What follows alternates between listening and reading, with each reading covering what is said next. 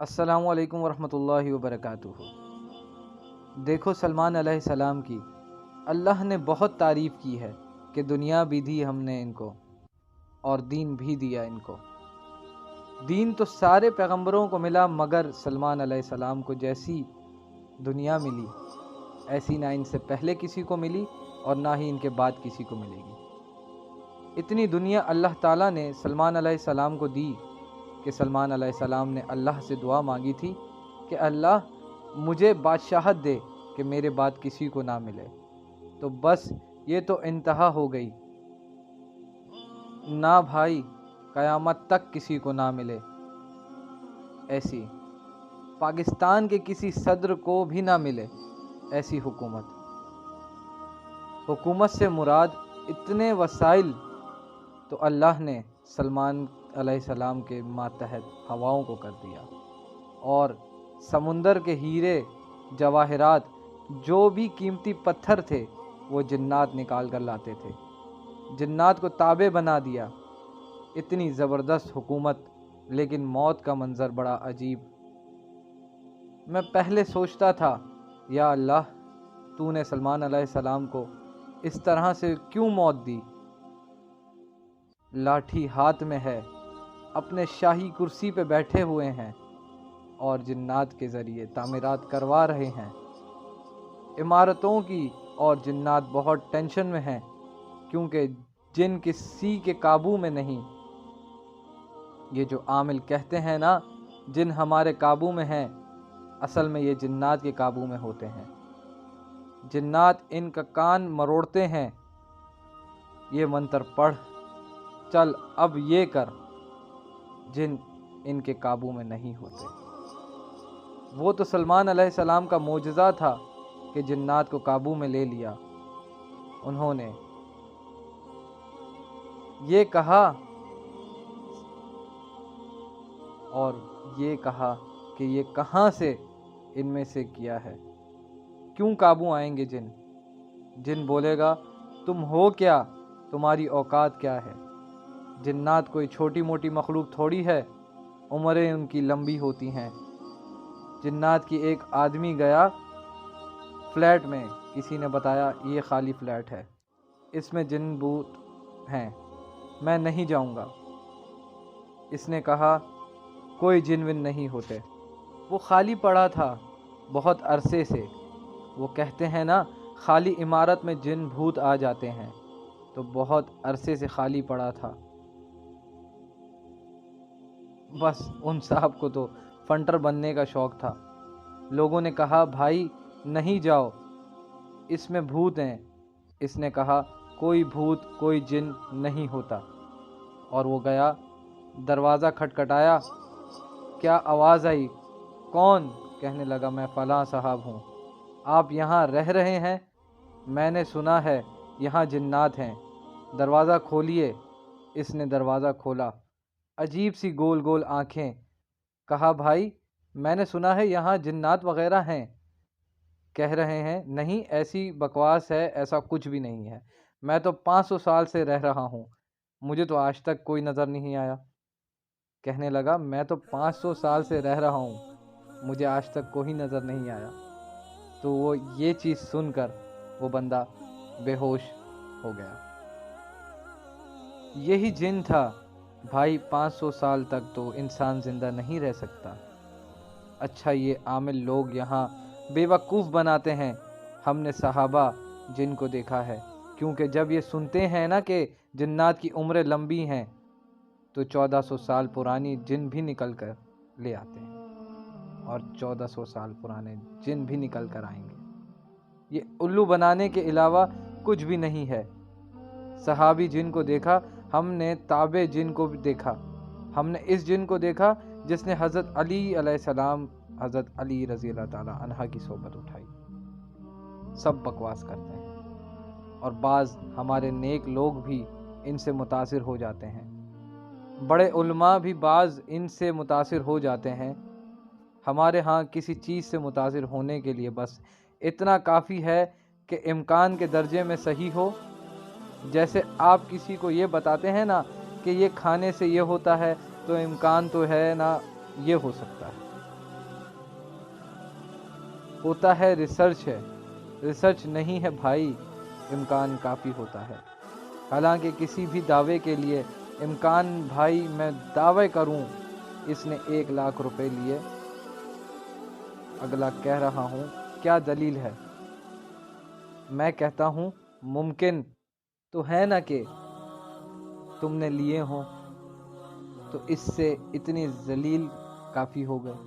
اوہو بھائی، یہ امکان کافی نہیں ہے، گواہوں سے ثابت کرو، یا تو یہ اقرار کرے، یہ گواہوں سے ثابت کرو۔ ہمارے یہاں تو دیکھا جائے تو جادو نبی اکرم صلی اللہ علیہ وسلم پہ ہو سکتا ہے، تو اس پہ ہو سکتا ہے، تو اس پہ بھی ہو سکتا ہے۔ سمجھ میں نہیں آ رہی بات، امکان تھوڑی ہوتا ہے۔ ابو بکر رضی اللہ تعالی عنہ پہ کیوں نہیں ہو گیا جادو؟ حضرت عمر رضی اللہ تعالی عنہ پہ کیوں نہیں ہو گیا؟ اس کا مطلب آسان کام نہیں ہے۔ نبی کریم صلی اللہ علیہ وسلم پر کیوں ہو گیا؟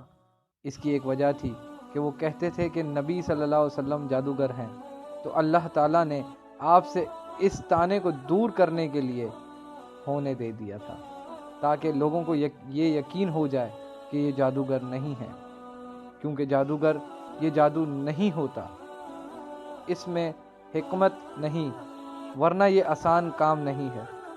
بیٹھے ہوئے کچھ بھی، ساس کو بہو سے لڑوا دیا، اپنی حرکتیں ٹھیک نہیں ہوتی، اور جب لڑائی ہوتی ہے بجائے اپنی حرکتیں ٹھیک کرو کہ یار کس میں فالٹ ہے، اس کو ٹھیک کرو، فوراً کسی اور پر ڈال دیتے ہیں، اور اس طرح ایک نئی جنگ چھیڑ دیتے ہیں۔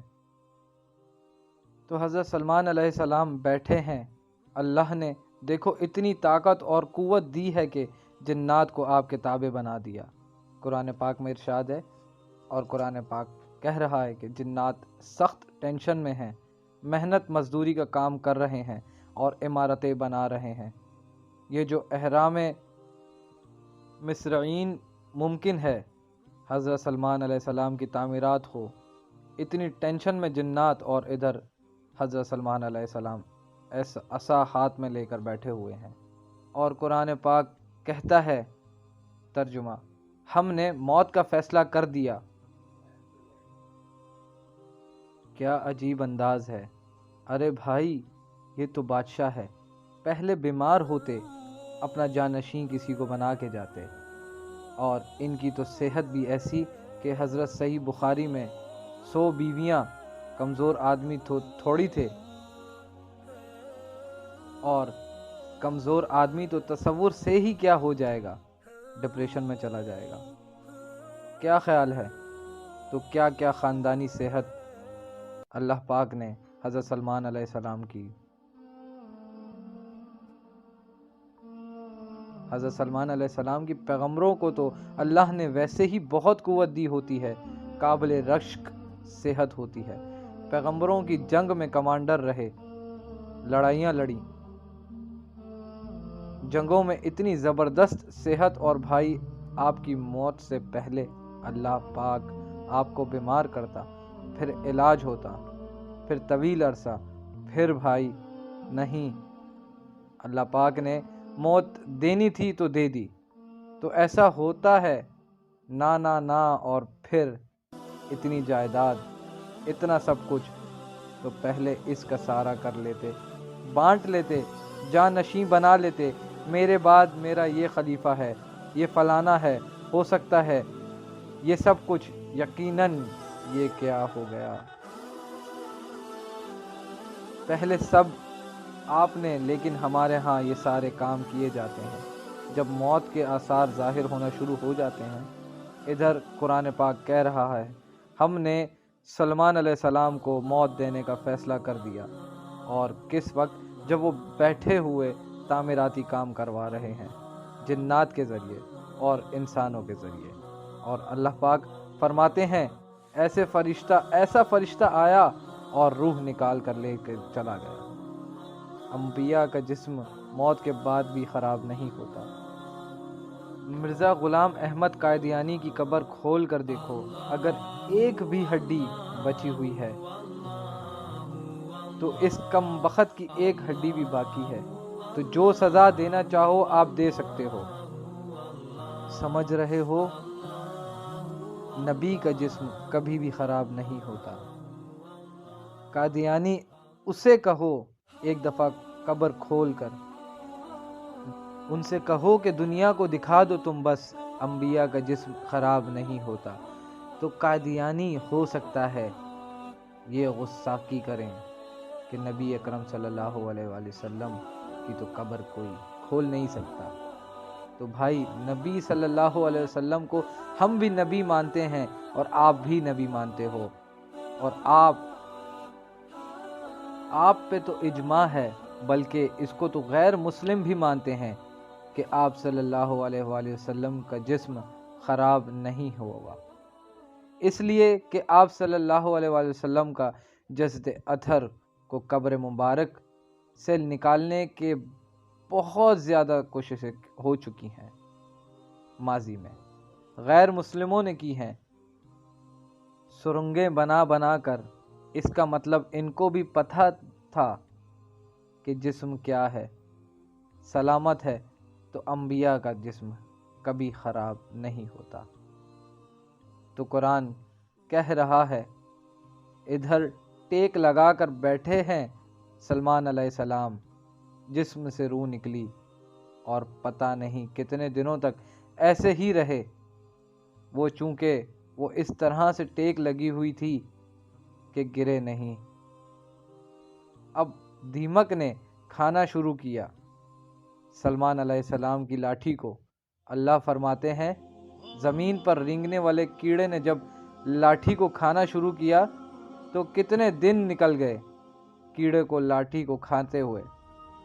تو جب لاٹھی کو اتنا کھا لیا کہ جب اس کا بیلنس آؤٹ ہو گیا تو حضرت سلمان علیہ السلام زمین پر گر پڑے۔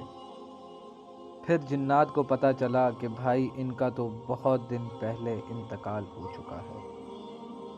اللہ پاک فرماتے ہیں کہ اگر جنات کو پہلے سے پتہ ہو جاتا کہ ان کی موت واقعہ ہو چکی ہے تو اتنی سخت ٹینشن میں جو انہوں نے دن گزارے، اس ٹینشن میں وہ دن نہیں گزارتے۔ جیسے ہی جنات کو پتہ چلا کہ ان کا انتقال ہو گیا ہے، جس نے جہاں اینٹ لگائی تھی وہ وہاں ہی چھوڑ کر بھاگ گیا۔ ان کو پتا تھا اب قیامت تک کوئی عامل کا باپ بھی قابو نہیں کر سکتا جو ان سے تعمیراتی کام کرائے۔ جہاں تک تھا وہاں سے ہی جنات نکل لیے، ورنہ سلمان علیہ السلام 2-4 عاملوں کے ذمے لگا کر چلے جاتے۔ بھائی میں کسی بھی وقت دنیا سے جا سکتا ہوں، تو ان کو ذرا پکڑ کر دائیں لانا، جو 2-4 اینٹیں رہ گئی ہیں وہ تو لگا دیں۔ بھائی یہ قرآن کے الفاظ بیان کر رہا ہوں۔ اللہ فرماتے ہیں کہ جنات کو پہلے سے پتہ ہوتا تو کئی دن پہلے ہی کہ ان کا انتقال ہو چکا ہے تو یہ اتنی سخت ٹینشن میں نہ ہوتے۔ وہ تو یہی دیکھ رہے تھے کہ یہ ہماری نگرانی کر رہے ہیں، کیونکہ چہرہ بھی بالکل اسی طرح، چہرے پہ رونق اسی طرح جیسے زندگی کے آثار ہوتے ہیں، بالکل وہی حالت تھی۔